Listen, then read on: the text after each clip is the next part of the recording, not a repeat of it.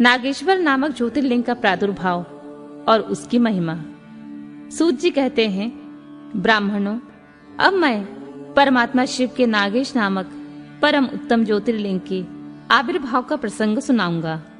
दारुका नाम से प्रसिद्ध कोई राक्षसी थी जो पार्वती के वरदान से सदा घमंड में भरी रहती थी। अत्यंत बलवान राक्षस दारुक उसका पति था। उसने बहुत से राक्षसों को साथ लेकर वहां सत्पुरुषों का संहार मचा रखा था। वह लोगों के यज्ञ और धर्म का नाश करता फिरता था।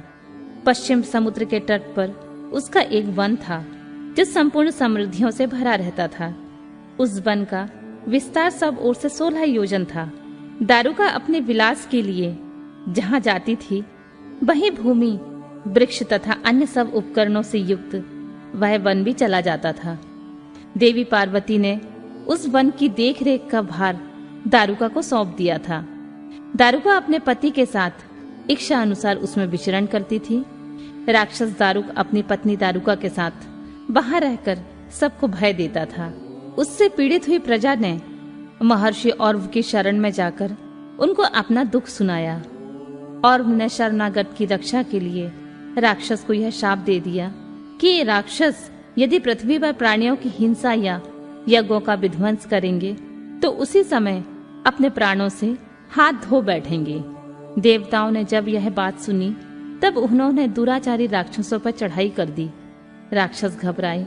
यदि वे लड़ाई में देवताओं को मारते तो मुनि के शाप से स्वयं मर जाते, और यदि नहीं मारते तो पराजित होकर भूखे मर जाते। उस अवस्था में राक्षसी दारुका ने कहा कि भवानी के वरदान से मैं इन सारे वन को जहाँ चाहूं ले जा सकती हूँ। यूं कहकर वह समस्त वन को ज्यों का त्यों ले जाकर समुद्र में जा बसी, और राक्षस लोग पृथ्वी पर न रहकर जल में निर्भय होकर रहने लगे और वहां प्राणियों को पीड़ा देने लगे। एक बार बहुत सी नावें उधर आ निकली जो मनुष्यों से भरी थी। राक्षसों ने उसमें बैठे हुए सब लोगों को पकड़ लिया और बेड़ियों से बांधकर कारागार में डाल दिया। वे उन्हें बारंबार धमकियां देने लगे। उनमें सुप्रिय नाम से एक प्रसिद्ध वैश्य था जो उस दल का सरदार था। वह बड़ा सदाचारी, भस्म रुद्राक्षधारी तथा भगवान शिव का परम भक्त था। सुप्रिय शिव की पूजा किए बिना भोजन नहीं करता था। वह स्वयं तो शंकर का पूजन करता ही था, बहुत से अपने साथियों को भी उसने शिव की पूजा सिखा दी थी। फिर वे सब लोग नमः शिवाय मंत्र का जाप और शंकर जी का ध्यान करने लगे। सुप्रिय को भगवान शिव का दर्शन भी होता था। दारुक राक्षस को जब इस बात का पता लगा तब उसने आकर सुप्रिय को धमकाया। उसके साथ ही राक्षस सुप्रिय को मारने दौड़े। उस राक्षसों को आया देख सुप्रिय के नेत्र भय से कातर हो गए और बड़े प्रेम से शिव का चिंतन और उनके नामों का जप करने लगा। वैश्यपति ने कहा, देवेश्वर शंकर, मेरी रक्षा कीजिए। कल्याणकारी त्रिलोकीनाथ, दुष्ट हंता भक्त वत्सल शिव, हमें इस दुष्ट से बचाइए। देव, आप ही मेरे सर्वस्व हैं। प्रभु, मैं आपका हूँ, आपके अधीन हूँ और आप ही सदा मेरे जीवन एवं प्राण हैं। सूत जी कहते हैं, सुप्रिय की इस प्रकार प्रार्थना करने पर भगवान शंकर एक विवर से निकल पड़े। उनके साथ ही 4 दरवाजों का एक उत्तम मंदिर प्रकट हो गया। उसके मध्य भाग में अद्भुत ज्योतिर्मय शिवलिंग प्रकाशित हो रहा था। उसके साथ शिव परिवार के सब लोग विद्यमान थे। सुप्रिय ने उनका दर्शन और पूजन किया। पूजित होने पर भगवान शंभु ने प्रसन्न हो स्वयं पाशुपतास्त्र लेकर प्रधान राक्षसों, उनके सारे उपकरणों और सेवकों को भी तत्काल ही नष्ट कर दिया, और उन दुष्ट हंता शंकर ने अपने भक्त सुप्रिय की रक्षा की। तत्पश्चात अद्भुत लीला करने वाले और लीला से ही शरीर धारण करने वाले शंभु ने उस वन को यह वर दिया कि आज से वन में सदा ब्राह्मण, क्षत्रिय, वैश्य और शूद्र, इन चारों वर्णों के धर्मों का पालन हो। यहाँ श्रेष्ठ मुनि निवास करें और तमोगुणी राक्षस इसमें कभी न रहें। शिव धर्म के उपदेशक, प्रचारक और प्रवर्तक लोग इसमें निवास करें। सूत जी कहते हैं, इसी समय राक्षसी दारुका ने दीन चित्त से देवी पार्वती की स्तुति की। देवी पार्वती प्रसन्न हो गईं और बोली, बताओ तेरा क्या कार्य करूं? उसने कहा, मेरे वंश की रक्षा कीजिए। देवी बोली, मैं सच कहती हूँ, तेरे कुल की रक्षा करूंगी।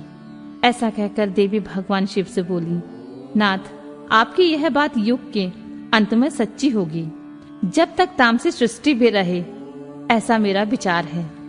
मैं भी आपकी हूँ और आप ही के आश्रम में रहती हूँ, अतः मेरी बात को भी प्रमाणित सत्य कीजिए। यह राक्षसी दारुका देवी है, मेरी ही शक्ति है और राक्षसियों में वलिष्ठ है, अतः यही राक्षसों का राज्य का शासन करे। ये राक्षस पत्नियां जिन पुत्रों को पैदा करेंगी, वे सब मिलकर इस वन में निवास करें, मेरी ऐसी इच्छा है। शिव जी बोले, प्रिय, यदि तुम ऐसी बात कहती हो तो मेरा यह वचन सुनो। मैं भक्तों का पालन करने के लिए प्रसन्नता पूर्वक इस वन में रहूंगा। जो पुरुष यहाँ वर्ण धर्म के पालन में तत्पर हो, प्रेम पूर्वक मेरा दर्शन करेगा, वह चक्रवर्ती राजा होगा। कलयुग के अंत में और सतयुग के आरंभ में महासेन का पुत्र वीरसेन राजाओं का राजा होगा। वह मेरा भक्त और अत्यंत पराक्रमी होगा और यहाँ आकर मेरा दर्शन करेगा। दर्शन करते ही वह चक्रवर्ती सम्राट हो जाएगा। सूत जी कहते हैं, ब्राह्मणों, इस प्रकार बड़ी बड़ी लीलाएं करने वाले वे दंपति परस्पर हास्ययुक्त वार्तालाप करके स्वयं वहां स्थित हो गए। ज्योतिर्लिंग स्वरूप महादेव जी वहां नागेश्वर कहलाए और शिवा देवी नागेश्वरी के नाम से विख्यात हुई। वे दोनों ही सत्पुरुषों को प्रिय हैं। इस प्रकार ज्योतियों के स्वामी नागेश्वर नामक महादेव जी ज्योतिर्लिंग के रूप में प्रकट हुए। वे तीनों लोकों की संपूर्ण कामनाओं को सदा पूर्ण करने वाले हैं। जो प्रतिदिन आदर पूर्वक नागेश्वर के प्रादुर्भाव का यह प्रसंग सुनता है, वह बुद्धिमान मानव महापातकों का नाश करने वाले संपूर्ण मनोरथों को प्राप्त कर लेता है।